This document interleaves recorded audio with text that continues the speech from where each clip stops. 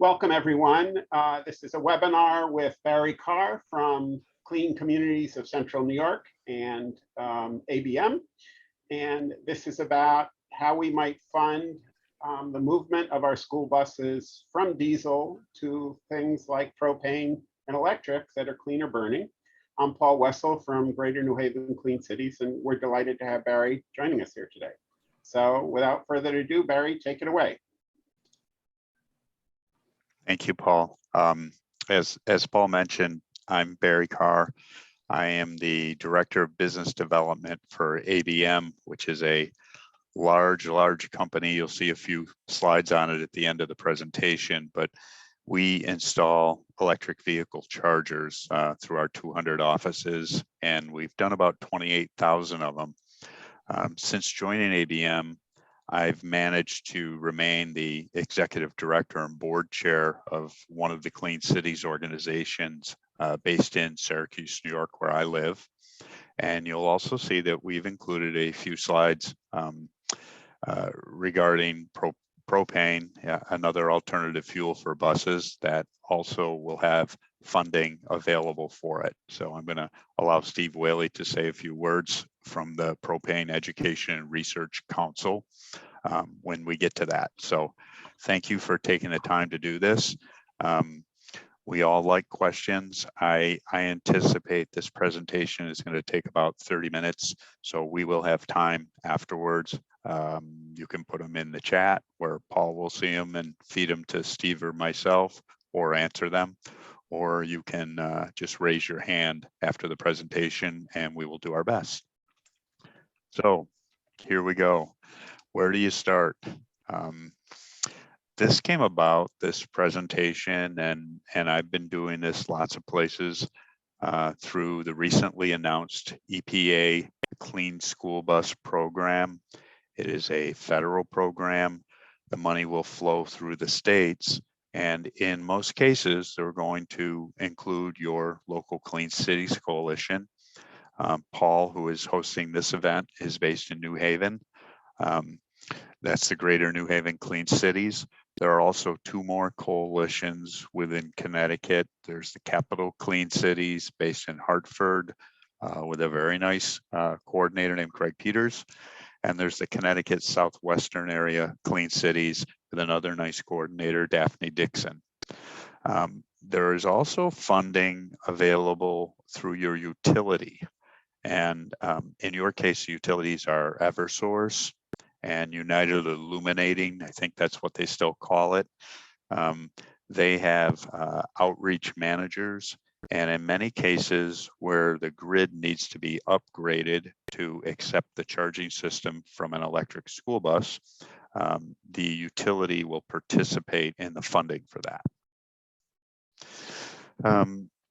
The funding from the Fed through the Infrastructure Act is going to come down through Dept, through your Connecticut Department of Energy and Environmental Protection. There is a bit of skin in the game, but they also have separate incentive programs outside of the Infrastructure Act, outside of the EPA program. So you should also get involved in that. I see that one. It may have passed us now by this. I see it says July 11th on it. So, but do reach out to Paul. He's kind of the gatekeeper on that information. Let me jump in here. So sure. In what was Senate Bill 4 and now is Public Act 2225, the Connecticut legislature empowered Dept, the Department of Energy and Environmental Protection, to provide matching grants for zero-emission school buses. And Dept issued a request for information asking interested parties to inform them of what they should be thinking about in designing the program. And the deadline was yesterday, but my guess is they'll continue to take comments for the rest of the week. When we send you the slides out, the request for information link there, we'll link you to the RFI. And Barry, can you go to the next slide? And with a contact Sure. for Paul, I think it's Kretzler, who is taking the comments. among the things they want to know are school districts or school bus providers applying for EPA's first round of funding, and if not, what's holding you back? What financial barriers and non-financial barriers exist, and have school districts and school bus providers communicated about this. I think Deep is honestly looking at what the response is to the EPA program and how they can be helpful.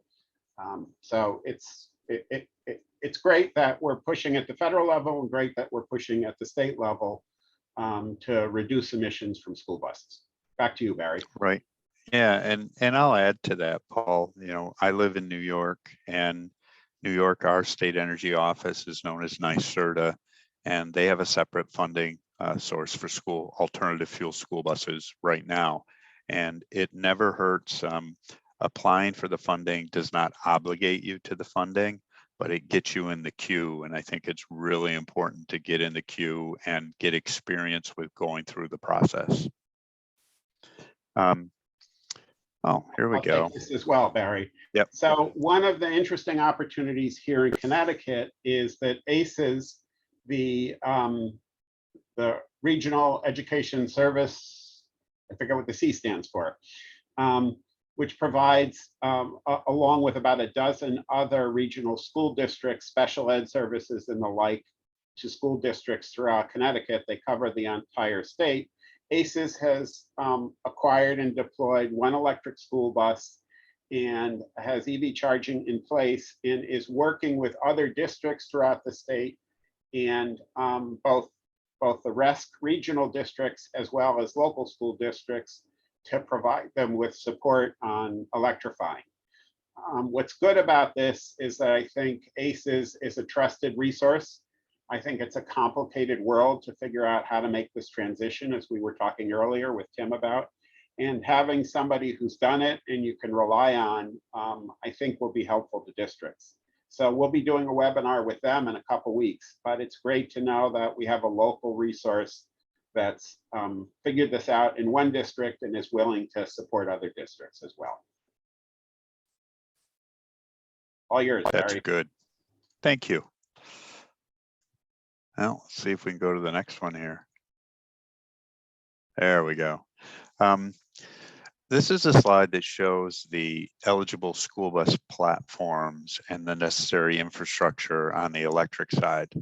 So if you see on the side there, the upper left-hand corner, that's a type D school bus. In the middle is a type C school bus. That's typically what you will see. And this also gives you a perspective of what the size of a charger is. Now that is a DC fast charger that also has vehicle to grid capability. That is how Thomas Built, one of the bus suppliers, works. It's required, it's necessary.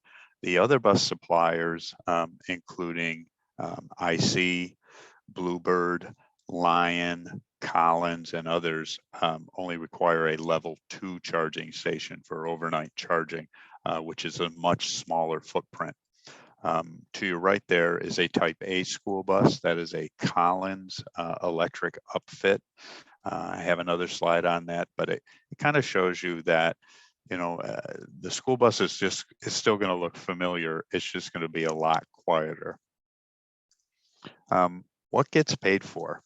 And again, I am focused on a little bit of everything. I'm an alt fuels guy, just like Steve and Paul are. We embrace everything, including hydrogen.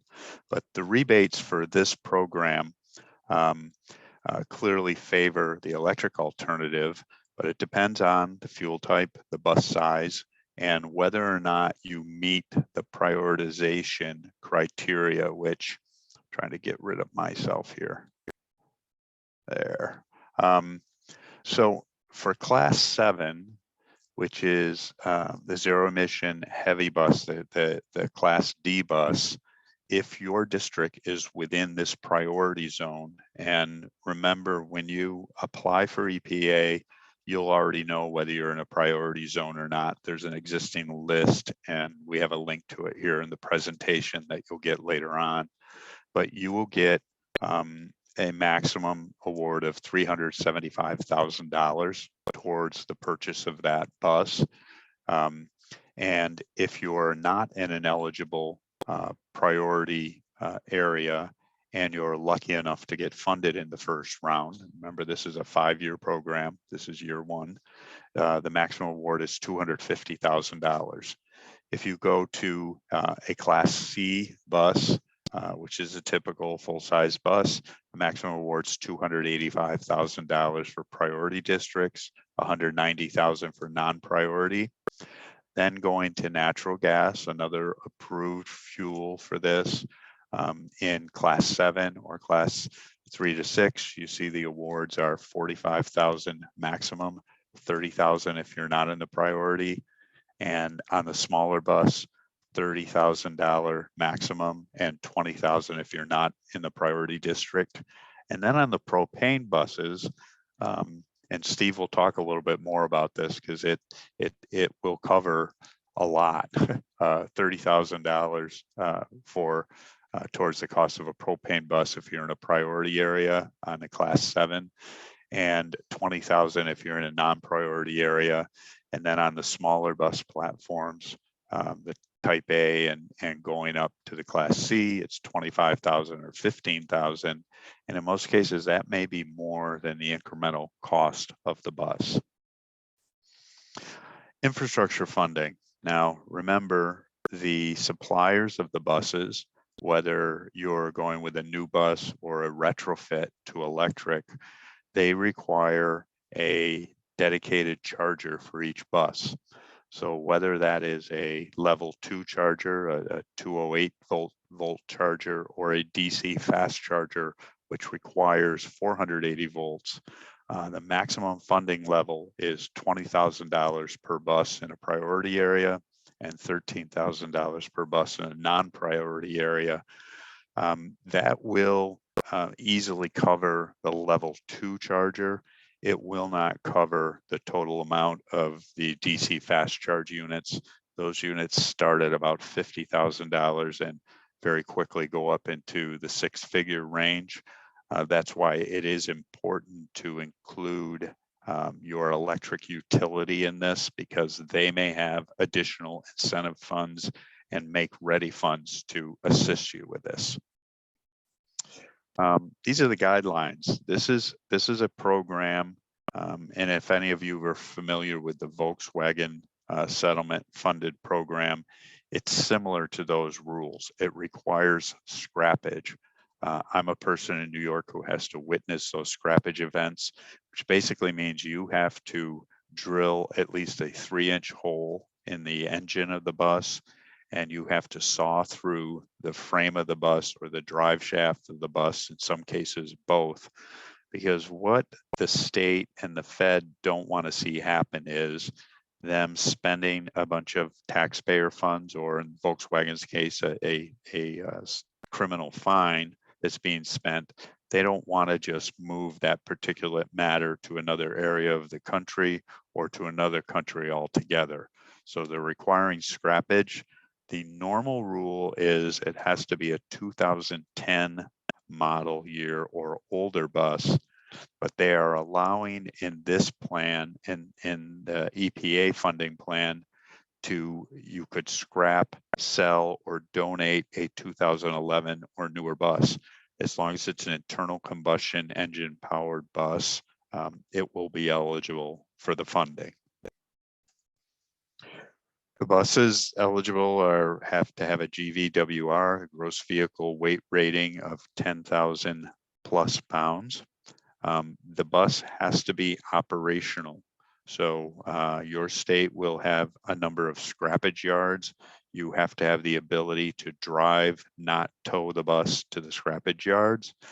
It has to meet a minimum service requirement. So they don't want you taking something that is sitting behind your bus garage and being used primarily for parts.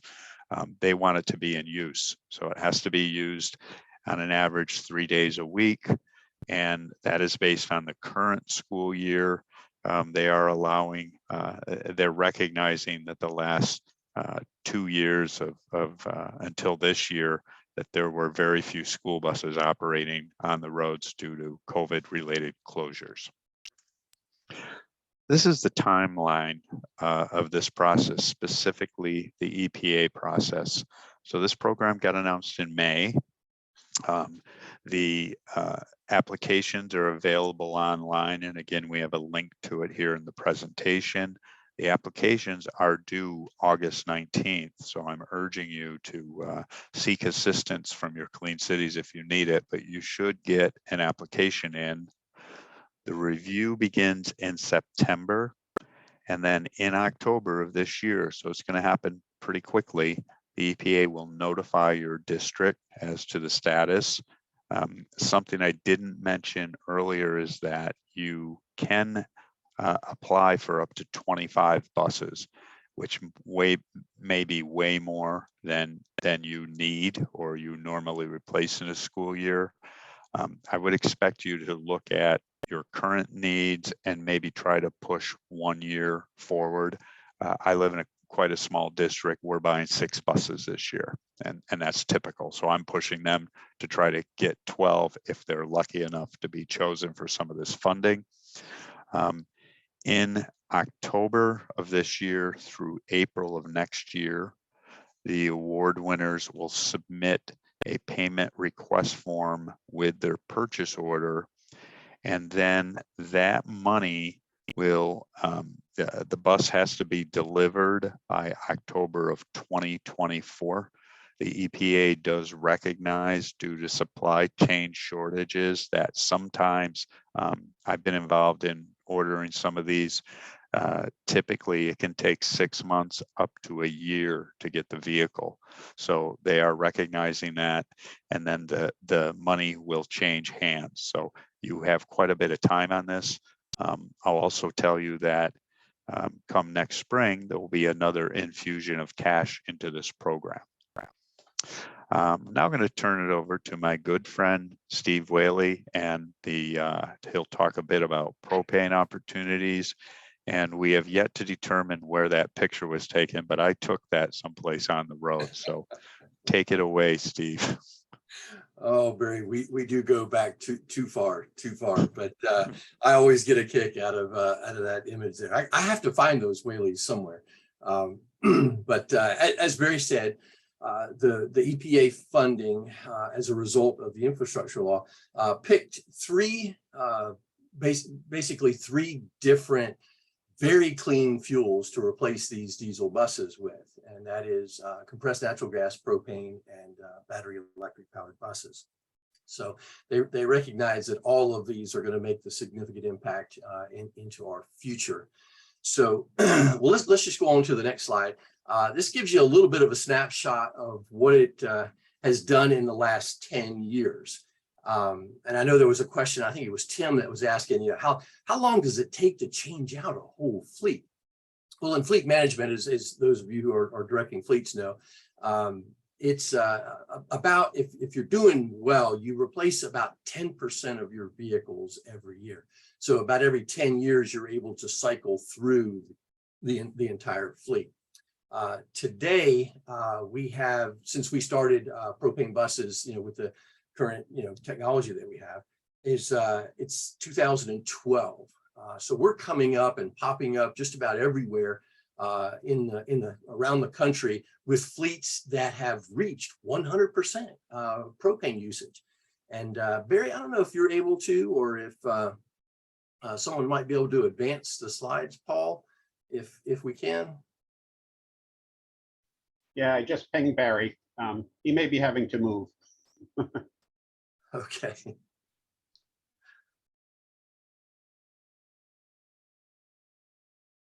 What we have, thank you. We have today, since 2012, 22,000 propane powered school buses around the country. And we have over 1,000 school districts that have started. Some of them started back in 2012. Some of them started just last year. But one of the interesting characteristics that we have is nearly all the people who start using propane get more of them, which is a really good sign, because they're able to do that task that was talked about very, very early on. And that is they're very risk adverse. They have to get kids to school, and they have to get kids home from school in a safe, clean environment.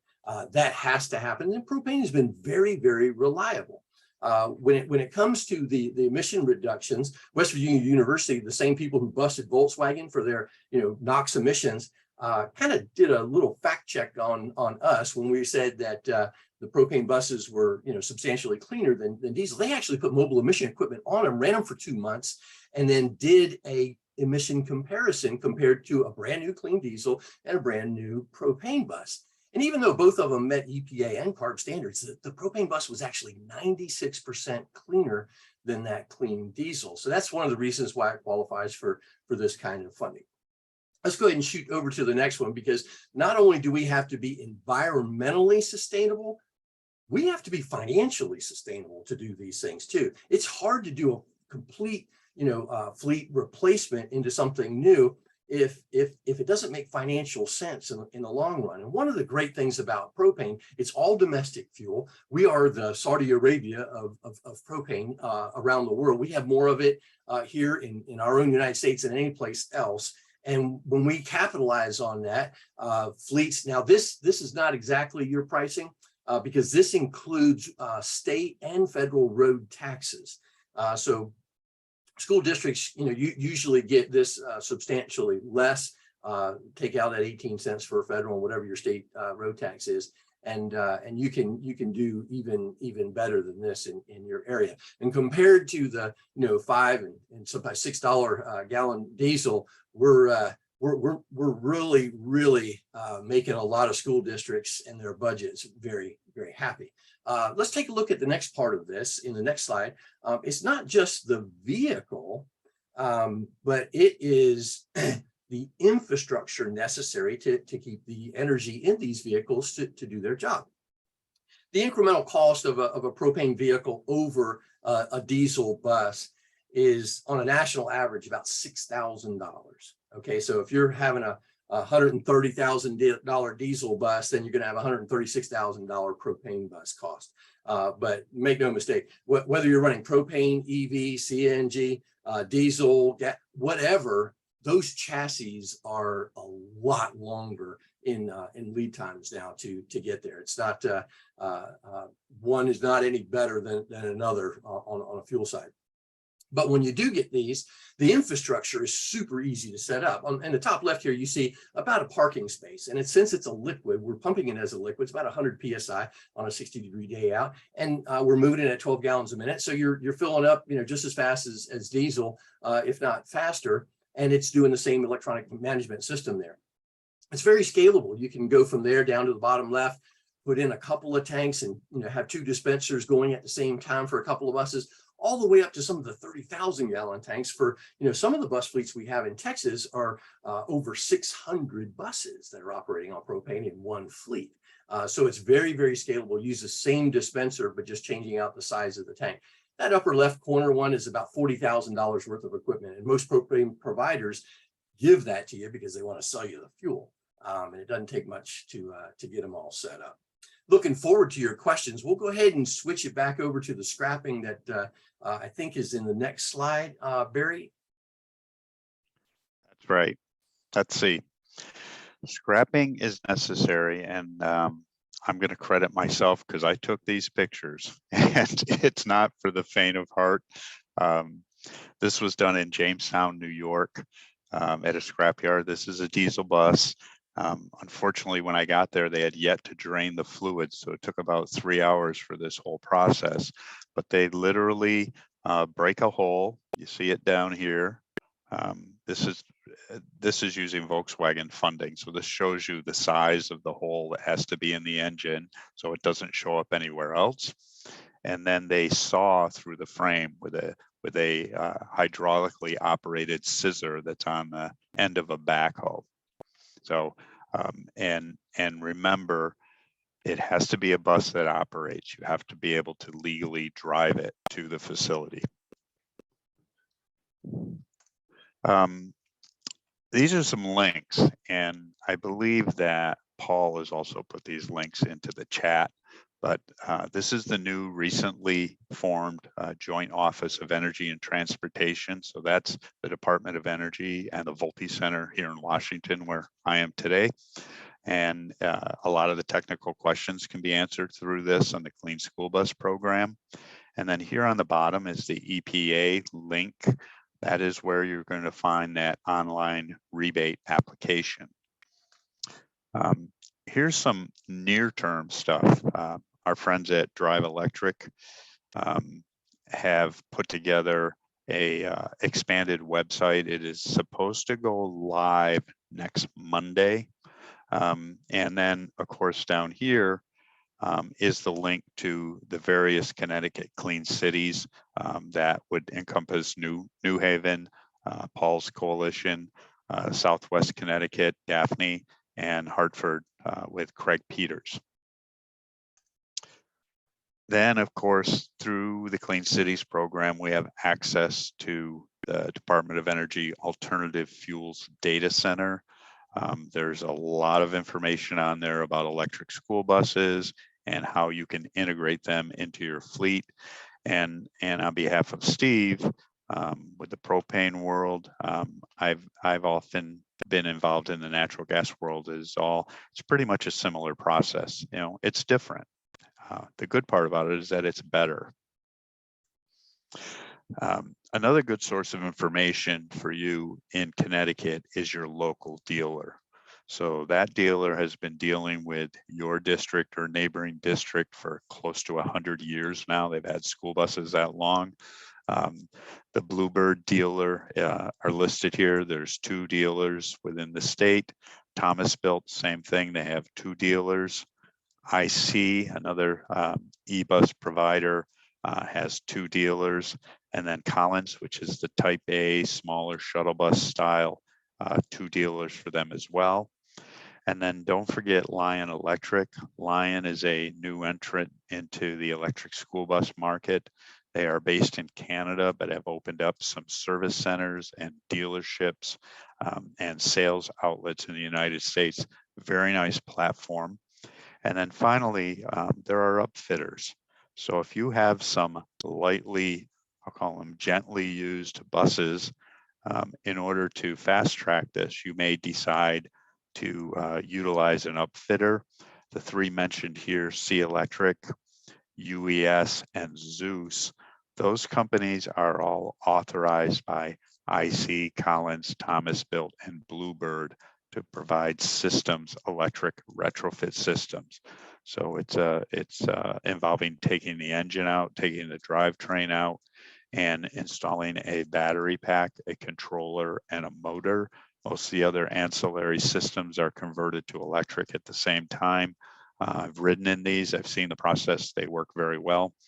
They're slightly less expensive than the newer alternatives. And the good news is they're available. So you could do it a little bit faster if that's the way you want to go. Some other sources of funding. There are, Paul mentioned the DEP funding. There are DERA grants. Those are Diesel Emission Reduction Act grants. Those are for areas that already have poor air quality. I would check through DERA to see if you're on that list. I happen to not live in one of those, but I live pretty close to one of them. There are discretionary grants, and I'm going to go into that in a little more detail in about 30 seconds. There are residual funds. I don't know if Connecticut still has some or not that haven't been used in your Volkswagen Environmental Mitigation Trust settlement. We are still working off our VW EMT funds in New York State. And then finally here, this is a term you may or may not have heard, there's grant mining. I work with 3 different grant mining companies through ABM. And by grant mining, you would contact them, again, contact them through your local Clean Cities Coalition, but they can put you in touch with these people. They specialize in finding grants, and they might be exactly what we're talking about here today, but you'd be surprised at how many other local type grants there are. Even when you're talking about doing something that's good for the environment and can save some energy, you You'd be surprised that the Charitable Foundation, the Joan Kroc Foundation, there are some specific grants that you may qualify for. So please don't overlook that. And then that's our thank you slide here. That gives you my contact information, Paul's contact information, and Steve's contact information. So I think we're ready for questions now, Paul. Sure, and I just wanted to say that we have people on from the Griswold School District, Cheshire, the Voc Tech School System, Connecticut School Business Officials, as well as UI and Eversource representatives. I think we've answered most of the questions in the chat. But if anybody wants to unmute and ask a question or tell us what's going on in their school district, that would be great as well. So Tim, did you want to ask something or make a comment? Oh yeah, it was just to clarify in the question, the Q&A part. So you're basically saying that the incremental funds offered under the clean EPA grant. Yep. And this is what Biden did last fall, I assume, right? Correct. Okay, so that's the bill, the Senate bill, right? There was a bipartisan Senate bill. They passed that. This was in there. And you're saying the incremental funding on a school bus, incremental funding in that program, the available funds cover the incremental cost of an electric school bus. So it's kind of like that's aside noting that Vin Massiana is on here, and there is an administrative burden in executing all this stuff. From a financial perspective, it's a no-brainer. Basically, the funding is there, is what you're saying. So that's for the school bus, but then the second part is the infrastructure required. correct. I'm thinking sort of a logical rollout on this is probably over the long term. It's mostly level 2s with a few fast chargers, because you're going to have certain time, you have sports events where the bus just needs to, it doesn't have enough energy to get through the morning route, afternoon route, and then do a 1 hour drive from wherever. So does that make sense? Like, so level 2s could make sense to start with, just to Yes. to sort of get the program rolling. And what is the cost? What would be just a general cost for the level 2 chargers? Probably that $20,000 would cover it, but it would not cover a DC fast charger. And I think the intent of all this is these vehicles, the range is going to improve. Yep. The cost is going to come down the more they do them. So if I was the district transportation manager, I would be taking initially my oldest buses, and I would prioritize them, take this money, get it working, and put it on routes that are probably where I live. The average route is 70 miles in a day, can easily be done by one of these, by an electric school bus that has 120 to 140 mile range. So even in the dead of winter, they can do it without having to charge it during the day. As the buses get better and more efficient and less expensive, then you're going to start to be able to have longer ranges and then spread out. And so in 10 years, you're going to be replacing those buses that do the sports runs and the special needs runs. There's also a 400-mile range on the propane buses. So That's true. A lot of distance, and then there's 2,800 spots around the country that you can get propane, and school districts work with each other to allow them to fuel up when you go past that. Now, there's not many in Connecticut that are going to go more than 400 miles, so I don't think there'd be a whole lot of collaboration needed. But in Texas and some of those places, they do that kind of collaboration. But 400 miles gets you a pretty long way. So sometimes that's only a once a week type of fill up instead of every day. Oh no, One of the things that's required by the EPA program is to be registered with the government's contractual system called SAM. And somebody's Yep. asking, so that is required, is the answer to the first question raised. Somebody's been waiting for months to get assigned as an administrator. And I don't remember what the process is for setting up a SAM account. I know that EPA was encouraging people to do it soon because it sometimes takes a while. Does anybody know? I know a little bit about that because we have to we have to re-sign up every single year Yeah. for SAM. And there are times when the federal government's computer systems are down, but generally it can be done in a day, you know, and If you have all the information at your disposal. yeah, But a lot of times there's interdepartmental questions that need to be answered by other people on your team. right. But it's, you know, I'll look at it this way. If I can do it, almost anybody could do it. Yeah, so I'll follow up with the person asking that question Yeah. offline, because we should be able to provide some assistance on that. Are Sure. any of the districts that are currently on the call planning on applying? And how, if so, how's that going? And you can unmute yourself, or you can say in the chat, tell us in the chat. Hi, Paul. This is Vin Massiana from Cheshire. I do have a question. Go ahead, Vin. For those of us that don't own our bus fleet, we have a bus provider. In our case in Cheshire, it's DATCO. Yep. How does it typically work? Does the can DATCO apply for the grant, or would the district have to provide for the grant and then do some kind of a lease back arrangement? What kind of Yeah, financial models are out there? Yeah, I can answer that. It's because we have first student in a lot of places in New York, very similar arrangement. So the district does have to sign the grant application, but first student, or in your case, DATCO, can be the receiver of the funds, but it still has to come through your district. Got it. Okay. But DATCO can, or First Student, or some other contractor can prepare all the materials and just give it to you for the signature. And they can also deal with the buses that need to be replaced if you're a grant recipient. And the buses don't need, and I confirm this with EPA, don't need to come, if the contractor is the recipient, the buses don't need to come from your school district. They do have to be buses that are in operation, but they can replace buses from other school districts. So a company like First Student or DATCO or some of the larger players shouldn't have a problem doing that. And I know that DATCO in particular is interested in this, and we've had some conversation with them. So I would encourage you to reach out to them. Yeah, actually, I'm speaking to Don DeVivo, the president, before today. Good. Yeah, so we have had an ongoing dialogue about alternative fuels, not just electric vehicle, but propane as well. Yeah, I would urge everybody to apply for it. You'll get familiar with the process. I'm certain if this is like any other government program, there's going to be some tweaks and changes made to it as the years go by.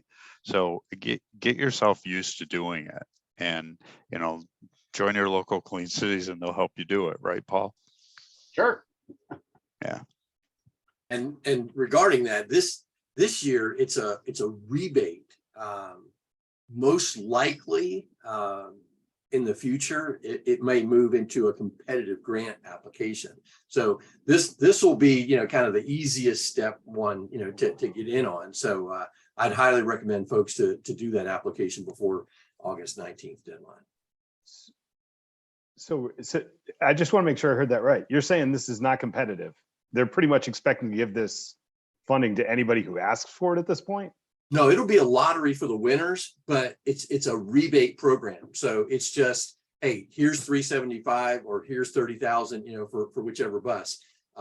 It's not going to be, okay, well, you applied for this, but we're going to award, this much. And so the rebate makes it a little bit more check a box, kind of a program, instead of the, hey, we have to weigh out all the emissions from the old buses and compare it to what we're replacing it with, and you're going to get graded on a sliding scale. The competitive grant process is much more complicated. The rebate, I remember Maryland and Florida when they were doing rebate, you just showed up with a receipt and they paid you. It was. This is all. It's all or nothing. It's not like, oh, we're going to give you 60% of it. You have to go back, have another discussion. Does it make sense at this point? Type of thing. I think okay. Thank you. So we had a question about whether most of the larger districts contract out in Connecticut. Many of the smaller towns bus in-house, and it's the smaller towns that often have buses that are older than 10 years old. But what's different about this program is you can replace by selling or donating them newer school buses. So other programs have typically said that buses have to be 10 years or older than 10 years in order to be replaced. So they're really trying to push the envelope here, and they recognize that many districts have newer school buses. So, Now, and hi, also, Paul, and there was various. hold on, there's another question about I'm sorry. whether it's a lottery for everybody. So nothing is guaranteed here. So you'll prepare the application and you may or may not be a winner. Right, there's the priority- prioritized districts, but it's for everybody. Yeah, and the prioritized districts get more money, but I don't believe they're prioritized in the actual lottery. It's just that they'll get more funds. Correct me if I'm wrong about that, Barry. You know. Oh, I believe that's how it's going to happen. So, Yeah. and you can check to see if you're on the list or not. You probably already know from other programs. All right. Vincent, did you have a question or a comment? I think Craig did. Yeah, no, I did, just to clarify, because, so, you know, I have some Board of Eds that I've contacted, and, you know, they go through either DATCO or J&M or whoever. And so it seems that they are not really getting any responses back from the school bus supplier. So just to clarify, it's really like the DATCOs or the First Students, whoever, they're not the ones who would be applying for this grant. It would have to be the district that they're in. So technically, these Board of Ed should be contacting their district contact and not the bus supplier. They should do both. So DATCO should be reaching out to the districts that they have under contract to provide the service to, Craig, and offering them assistance in putting the application together. But the district itself has to sign off on it and submit it. It has to come through the district. I see. So the EPA says that eligible contractors include for-profit, not-for-profit, or nonprofits that have the ability to sell clean school buses or maintain them and arrange financing for such a sale. So the contractors can play an oversized role in making all this happen. They may not have the resources to do it. Some do. I guess as First Student does. There are companies like Barry's ABM that have the resources to do it. And there are a lot of other folks around who can assist you. The Clean Cities Coalitions can provide some assistance. So you shouldn't hesitate if you're an interested school district to put in your application, as Barry keeps saying repeatedly.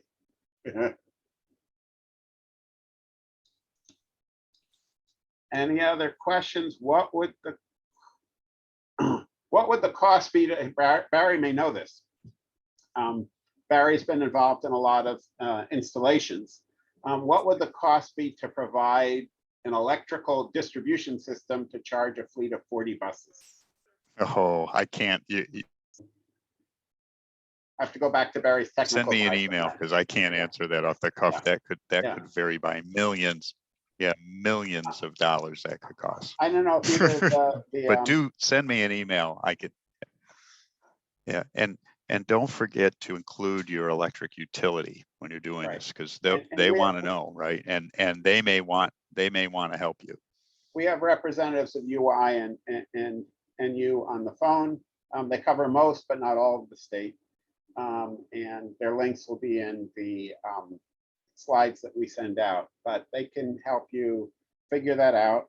And it depends on sort of what the capacity is of the grid near your bus yard, and bus yards may change with this program. I heard that First Student has traditionally leased its bus yards in Connecticut and is now looking to buy those yards because the fueling capacity will be very powerful in figuring out who gets awarded the operating contracts for school buses. So the dynamics are changing some here. It's really interesting. And the opportunity for propane, I think, is something districts should be looking at as well, because for all the reasons Steve said.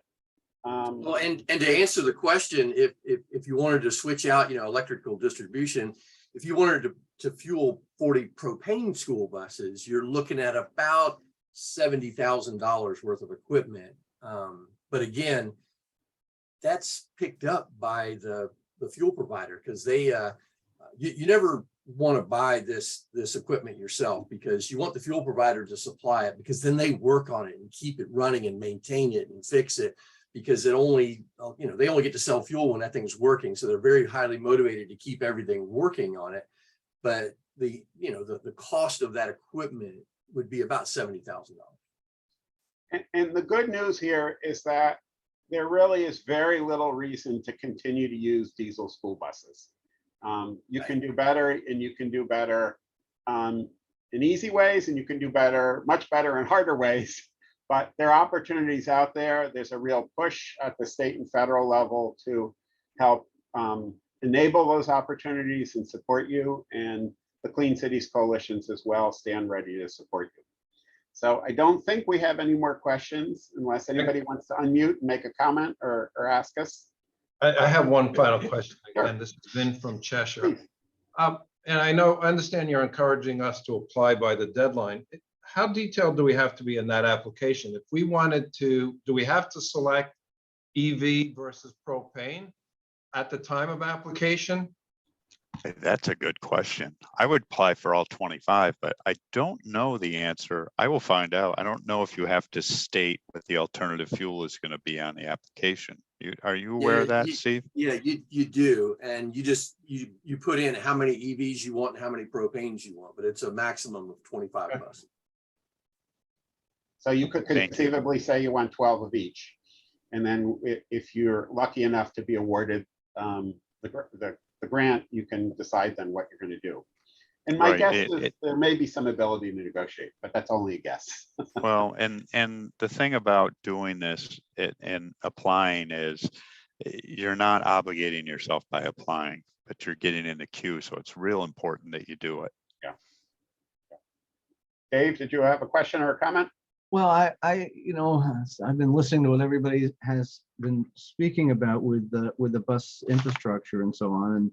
And I would like to make it known that since we started seeing propane buses in Connecticut about 6 years ago, we have moved about 700 school buses from diesel fuel to propane in the state. And there are about a dozen districts that have migrated that way.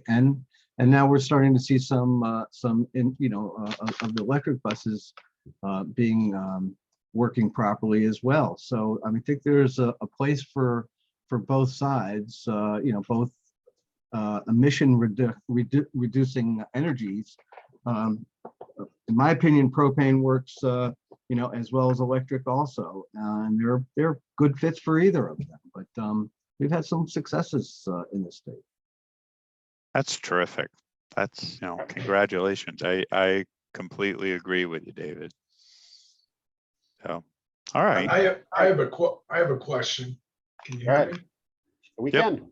Yeah, my excuse me, my name is Luther. I work in Cheshire. So the way I understand it for the electric buses, every bus is going to need its own charging station. Is that correct? In order to keep up with the daily needs? And yes. If that's the case, how much extra space does that charging station take up?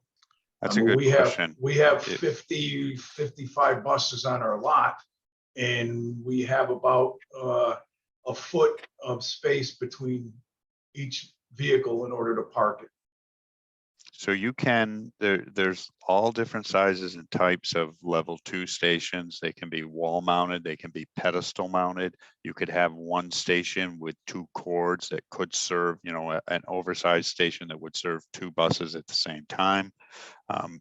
And their footprint's not very big, but on a DC fast charge, it's a pretty significant size footprint, because you have a dispenser that probably is on a a 4x4 pad, but then you also have the controller unit that can be mounted in another location. But it's a significant size, and I would ask your local bus dealer to show you some of that stuff. And again, if you want to shoot me an email, I can send you some specific specifications of chargers that would include the sizes of them, so you could have it for your planning.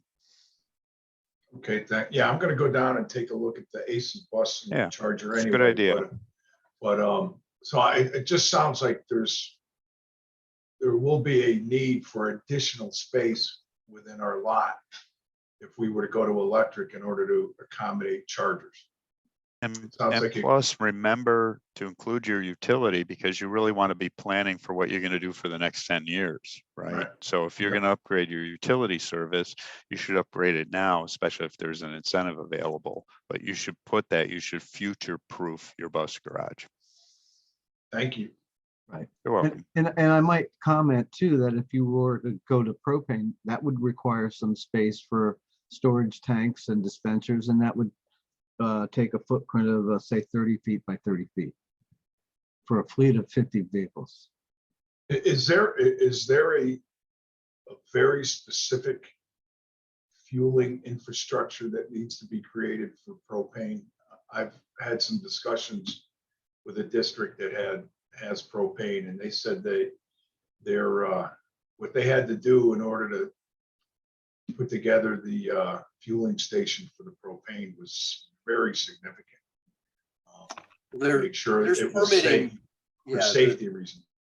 Of Yeah, course. yeah, I mean, diesel and Go ahead. I'm sorry. Go ahead, Steve.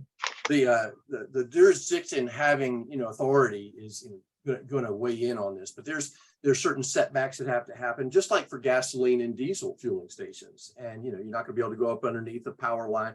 There's all those considerations. But if you take a propane provider who has built these stations in the past and just have them, like Barry says, the same as with the electric utility, have them come walk the property and say, yes, we can put it here based on your workflow. It's going to go through this, and you want to be safe. But the propane marketer knows the authorities having jurisdiction and work with them to make all of that really seamless for you. Right. So we built propane infrastructure for Shelton and for Waterbury. Waterbury has a sizable bus fleet, was almost 150 buses, and we put an 18,000 gallon propane storage tank in for that fleet. Shelton's got 2 smaller tanks. Newtown's got smaller tanks. So Norwalk we did last year. It's got 2 smaller tanks and those are fleets of around 70 buses. So it still has to be approved by the local fire marshal, like any other infrastructure, but it's not significant in its requirements. And it's an educational process sometimes for the fire marshal too. So if you approach it properly, then as long as they understand it, I can tell you whatever alternative fuel you choose, it's going to be safer than what they're using now. Sure. Good point. And Vincent said that the Cheshire bus lot is leased from the state of Connecticut. And given the state's interest from a policy perspective on moving to cleaner fueled school buses, my guess is they would accommodate what they were able to accommodate. So I think that's it for our questions. Thank everybody for joining us. We'll get out a copy of the slides and a recording in the next day or so, and be in touch if we can support you. Thank you so much. Everyone. Thank you. Bye-bye. Thank you. Bye-bye.